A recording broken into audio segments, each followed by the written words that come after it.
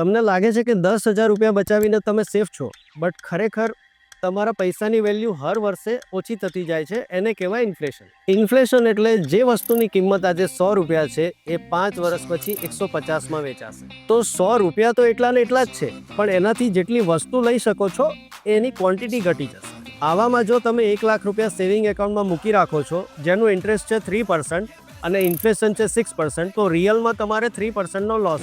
અને આ જ પૈસા જો તમે ફિક્સ ડિપોઝિટમાં રોક્યા અને જો 6%ના દરે ઇન્ટરેસ્ટ છે અને 6%નું ઇન્ફ્લેશન છે, તો તમારા પૈસાની વેલ્યુ વધતી નથી, સેમ રહે છે. તો સોલ્યુશન શું છે? તમારે એવી જગ્યાએ ઇન્વેસ્ટમેન્ટ કરવાનું છે જ્યાં તમને 8થી 12%નું રિટર્ન મળે છે, જે તમારા ઇન્ફ્લેશનને બીટ કરી શકશે, જેમ કે SGB, ઇક્વિટી, મ્યુચ્યુઅલ ફંડ.